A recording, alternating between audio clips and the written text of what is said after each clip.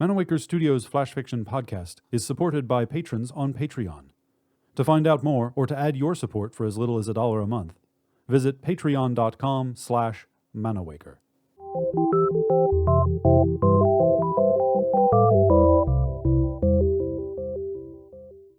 Welcome to Manawaker Studios Flash Fiction Podcast. I'm C.B. Droege. This week, The Singing Whale by Joanna Galbraith. Derek Van Hinkle had a whale living in the vegetable compartment of his General Electric fridge. A humpback, to be exact, which he had deduced after several hours on the internet and a vague sort of call to the National Aquarium. It was miniature, of course. A grown one would never have been able to squeeze in beside the carrots. He took the carrots out anyway, as the whale did not appear to like them, and the feeling seemed mutual. Carrots, Derek's mother had often mused over dinner, can be moody little beggars.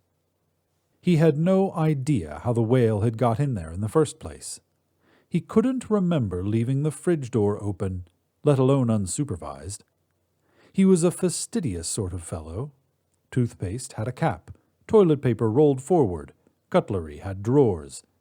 Besides, if he had left the door open, the sea was 10 miles away, if the traffic lights were with him. He couldn't imagine a whale could have traveled all that way on its own. Once a week he changed its water and threw in some fresh plankton. He didn't tell anyone at work about it. Having a whale in your vegetable compartment just didn't seem like the type of thing you mentioned over the photocopier. He tried talking to it sometimes, but it would only sing in response. Beautiful, haunting lullabies. Sometimes it sang louder than the fridge's own plodding hum, so at night he could hear it even as he slept. "What do you want?" he would ask, but it would only sing. At first, it remained small, but then, slowly, incrementally, it began to grow. "Oh, don't do that," he sighed. "Where will I put you then?" But the whale simply sang and breached about among the plankton. Eventually, however, it began to grow too big. He could see its sides bulging into the fridge door. "This can't be good for you or my fridge." The whale did not answer. "Shall I return you to the sea?" he asked instead, and the whale exhaled one long, stupendous note. The traffic lights were against them, so it took almost 20 minutes to reach the sea. He kept the whale in the car boot, which he had filled with water and sprinkled with Himalayan cooking salts. "Nearly there," he would call out, and the whale would thrash its tail. When they reached the sea, he dragged it over the sand. He had to rest from time to time, because the whale was no help. All it did was hum.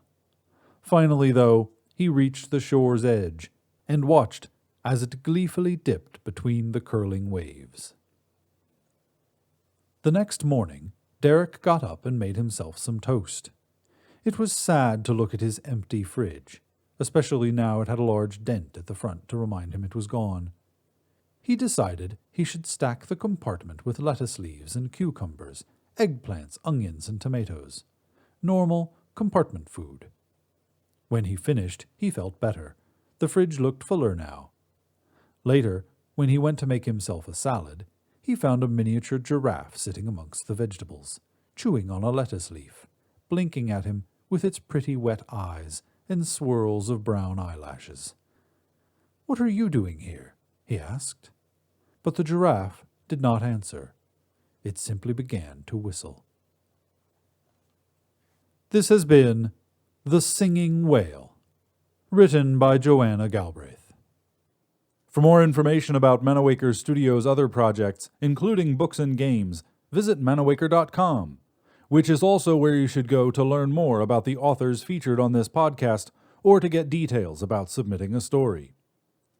The Flash Fiction Podcast theme song is by Kevin MacLeod. Manawaker Studios' director of DICE is Ben Baston. I'm C.B. Droege. You can follow me on Twitter and Facebook at CBDROEGE. Thanks for listening.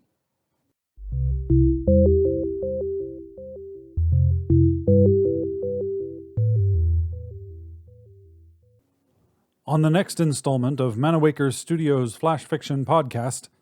And then he just spins there, a pain man, a hot popcorn kernel whizzing around in a kettle about to pop, but he doesn't pop.